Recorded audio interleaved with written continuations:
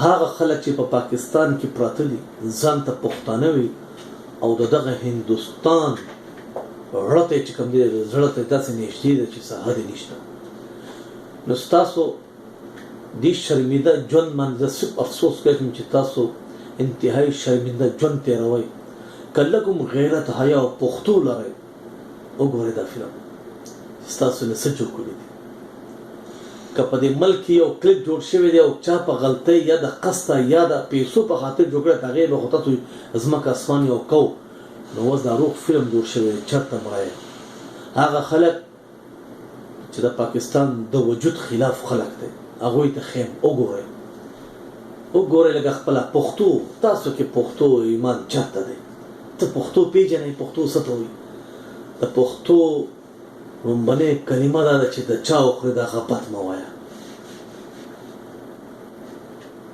نن شاهرخ خان د پښتنو تذلیل کوي په خپل فلم کې. پښتنو نه دهشتګردي جوړ کړي دي. هغه خلک چې خور او مور خرڅوي هغې ته یې جوړ کړي. هغه خلک چې د پیسې په خاطر خپل ایمان خرڅوي هغې ته یې جوړ کړي. هغه خلک چې د خپل د نوم او ناموس وجود خرڅوي هغې ته یې جوړ کړي. هغه خلک چې د خپل د ملک غداري او غداری کوي هغې ته یې جوړ کړي. راوچت شئ که نه، چغه پورته کړئ. چېرته یې هغه د پښتو ټیکهداران چې په ځان د پښتو لیبل لګي، چېرته دي هغه؟ راوچت شئ. زه به اوس وګڼم چې منظور پښتین دیم چې کوم دی نو اوس په دې باندې څه ووایي. زه به اوس وګڼم چې ANP دیم اوس په دې باندې څه ووایي. زه به اوس وګڼم چې په دې پښتونخوا پارټي دیم څه ووایي. زه به اوس ومنم چې هر هغه پښتون چې هغه د پښتنو دپاره چغه پورته کړې دي اوس ترې راپاڅي، په دې دې څه ووایي.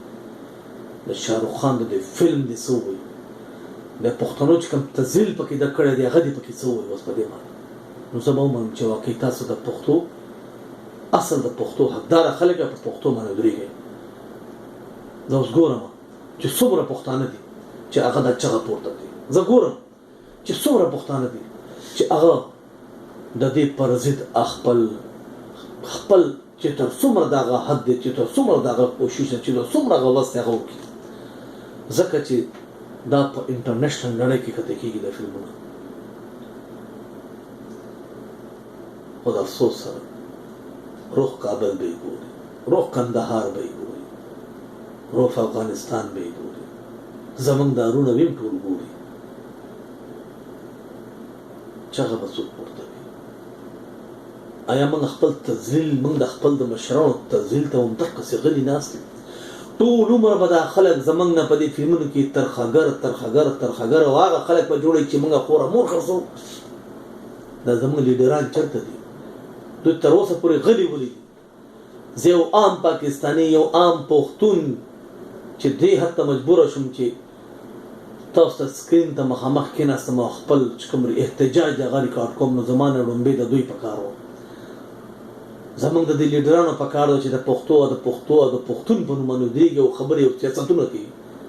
دوی چېرته دي؟ نو که چېرې اوس هم تاسو راپورته نه شو، نو دا زه چې کومې خبرې ښیم، دا زه چې کومې اندېښنې ښیم، دا بیا ټول رښتیا دي. تاسو یې چېرته د پښتنو دپاره نه یې ودرېدلي، چېرته د پښتنو د مفاداتو لپاره نه یې ودرېدلي، چېرته هم د غیرت او د پښتو خبره نه ده کړې.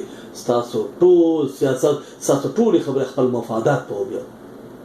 او که چېرې چا د دې خلاف چغه پورته کړه، راوچت شول، نو زه به ومنم چې که کره پښتون دی او هغه د پښتنو ټپ محسوس کوي، د پښتنو غم محسوس کوي او د پښتنو دپاره چغه پورته کولو همت لري، پښتو لري.